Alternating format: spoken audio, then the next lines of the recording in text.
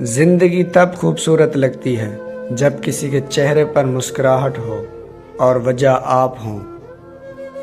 جب کوئی دل دکھائے تو چپ رہنا بہتر ہوتا ہے، کیونکہ جنہیں ہم جواب نہیں دیتے انہیں وقت جواب دیتا ہے۔ زندگی میں ایسا دوست شامل کرو جو آئینہ اور سایہ بن کر ساتھ رہے، کیونکہ آئینہ جھوٹ نہیں بولتا اور سایہ ساتھ نہیں چھوڑتا۔ کامیاب ہونا ہے تو سب سے پہلے اپنے اندر کے ڈر کو ہرائیں۔ دیر سے بنو لیکن کچھ بنو، کیونکہ لوگ وقت کے ساتھ خیریت کے بجائے حیثیت پوچھنے لگتے ہیں۔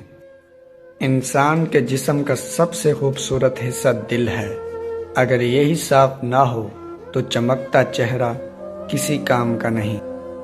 اگر آپ دنیا میں کامیاب ہونا چاہتے ہیں تو پہلے ناکامی کا استقبال کرنے کا حوصلہ پیدا کرو۔